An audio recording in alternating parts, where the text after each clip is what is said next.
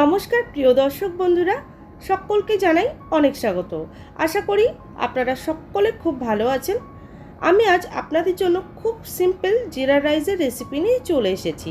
আর এই জিরা রাইস যে কেউ বাড়িতে তৈরি করে নিতে পারবেন। খুব সহজ পদ্ধতিতেই আজকে রেসিপিটি শেয়ার করলাম। আমার রান্না যদি আপনাদের ভালো লেগে থাকে তাহলে আমার ভিডিওটিতে একটা লাইক দেবেন আর বন্ধুদের সাথে শেয়ার করবেন।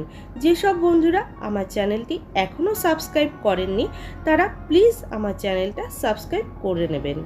আর আমার রান্নার ভিডিওর নোটিফিকেশন সবার আগে পাওয়ার জন্য বেল আইকনটা অবশ্যই প্রেস করবেন। প্রথমে আমি এখানে 800 গ্রাম বাসমতি চাল নিয়েছি আর চালটা ভালো করে ধুয়ে পরিষ্কার করে নিয়ে জলে ভিজিয়ে রেখেছি 1 ঘন্টা। আর রাইসে দেওয়ার জন্য এখানে নিয়েছি কাজু বাদাম, কিশমিশ, দুটো বড় সাইজের পেঁয়াজ কুচি, আর নিয়েছি এভারেস্টের বিরিয়ানি মশলা, শাহজিরা, দারচিনি, লবঙ্গ, এলাচ, তেজপাতা, শুকনো লঙ্কা। ওভেনে হাঁড়িতে বসিয়ে দিয়েছি পরিমাণ মতো জল। জলটা গরম হয়ে গেছে আর আমি এর মধ্যে দিয়ে দিচ্ছি পরিমাণ মতো লবণ। তারপর জলের সঙ্গে মিলিয়ে নিলাম। এরপর ঢাকা চাপা দিয়ে জলটা খুব ভালো করে ফুটিয়ে নিয়েছি। ঢাকনাটা সরিয়ে দিলাম। তারপর যেই চালটা ভিজিয়ে রেখেছিলাম সেই চালটাই হাঁড়ির মধ্যে দিয়ে দিলাম। এবার আমি হাতাটা দিয়ে চালগুলো জলের সঙ্গে খুব ভালো করে মিলিয়ে নিলাম। চালটা ফুটে উঠেছে। এর মধ্যে আমি দিয়ে দিচ্ছি রোজ ওয়াটার আর কেওড়া ওয়াটার। 1 টেবিল চামচ মতো দিয়েছি দুটোই। তারপর মিলিয়ে নিচ্ছি। আর গ্যাসের ফ্লেমটা হাইতে রেখে আমি এবার চালগুলো খুব ভালো করে ফুটিয়ে নিয়েছি। দেখুন চালগুলো কিন্তু খুব ভালোভাবে ফুটে গেছে। এবার রাইসটা তুলে দেখাবো যে জিরা রাইসটা কেমন রাখতে হবে। দেখুন আমি আঙুল দিয়ে টিপে দেখছি, ভেতরে যদি হালকা খিচখিচ থাকে তাহলেই ভাববেন ভাতটা হয়ে গেছে, তাহলে নামিয়ে দেবেন। আর বেশিক্ষণ কিন্তু ফোটাবেন না, ভাত বেশি ফোটালে কিন্তু একদম নরম কাদা কাদা হয়ে যাবে। দেখুন আমার রাইসগুলো পুরো রেডি হয়ে গেছে। এরপর আমি ফ্যানটা ঝরিয়ে নিচ্ছি। আপনারা যারা কখনোই জিরা রাইস তৈরি করেননি তারা কিন্তু এরকমভাবে অবশ্যই তৈরি করতে পারেন। দেখুন ভাতের ফ্যান ঝরানো হয়ে গেছে আর ভাতগুলো কত ঝরঝরে হয়েছে। আর এই ভাতটা কিন্তু আমি একটু ঠান্ডা করে নেব। তো আমি পাখার নিচে রেখে একটু ঠান্ডা করে নিয়েছিলাম। তারপর কড়াইতে নিয়েছি পরিমাণ মতো রিফাইন তেল। তেলের মধ্যে 1 টেবিল চামচ ঘি দিয়ে দিলাম। আর ঘি আর তেল গরম হয়ে গেলে দিয়ে দিচ্ছি কাজু ও কিশমিশ। তারপর হালকা করে ভেজে নেব, গ্যাসের ফ্লেমটা একদম কমিয়ে। দেখুন কাজু কিশমিশ ভাজা হয়ে গেছে। এরপর আমি একটা হাতার সাহায্যে তুলে নিচ্ছি। ওই তেলেই আমি দিয়ে দেব আরও কিছুটা পরিমাণে ঘি।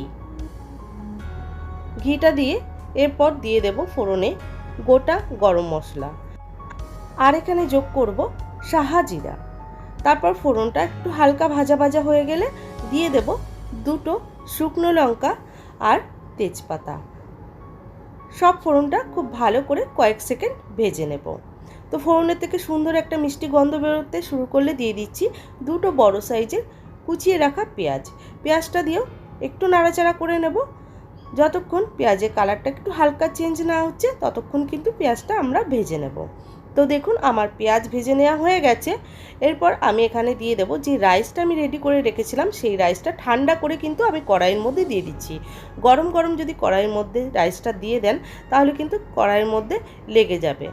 তো আমি অল্প অল্প করে রাইস দিয়ে মিশিয়ে নেব।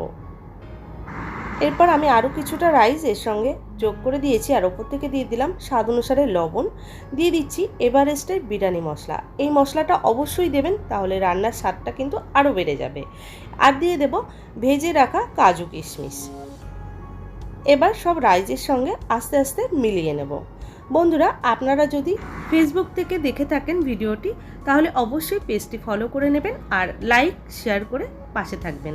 দেখুন আমি খুব ভালো করে মিলিয়ে নিচ্ছি আর একটা রাইসও কিন্তু ভেঙে যাচ্ছে না। আর নামানোর আগে দিয়ে দিলাম সামান্য একটু গোলমরিচের গুঁড়ো। তো ভালো করে মিলিয়ে নিলাম। আমার রাইস কিন্তু পুরোপুরি রেডি হয়ে গেছে। আর গ্যাসের ফ্লেমটা কিন্তু আমি মিডিয়ামে রেখেই রাইসগুলো হালকা করে নাড়াচাড়া করেছি। আমার রাইস রেডি হয়ে গেছে। এরপর আমি একটা প্লেটে সার্ভ করে নিচ্ছি। তো রাইসগুলো দেখেই বুঝতে পারছেন বন্ধুরা কতটা ঝরঝরে হয়েছে আর খেতেও কিন্তু খুব সুস্বাদু হয়েছিল। এই রেসিপিটি আপনারা মাটন, চিকেন বা পনির রেজালা দিয়েও খেতে পারেন। রেসিপিটি যদি ভালো লেগে থাকে তাহলে অবশ্যই বাড়িতে ট্রাই করবেন। আশা করছি আপনাদের খুব ভালো লাগবে। সবাই ভালো থাকবেন।